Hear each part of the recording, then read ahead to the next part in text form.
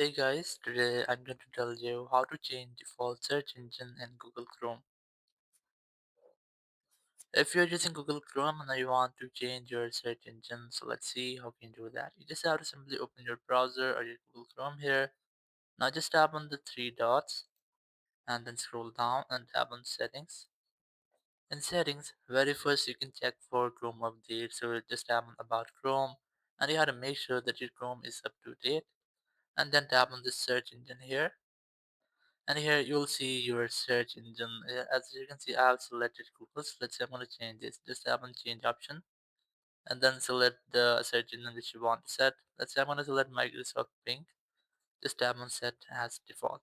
So now once you have set it as default, now whenever you'll search anything, you will see the results from Microsoft Bing. Here you can see there's a first interface is changed now.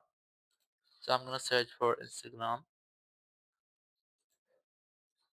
And here you can see that all the search results come from Microsoft Link. So in this way, you can easily change your search engine for your Google Chrome. Thank you very much for watching the video. Until next video, bye bye.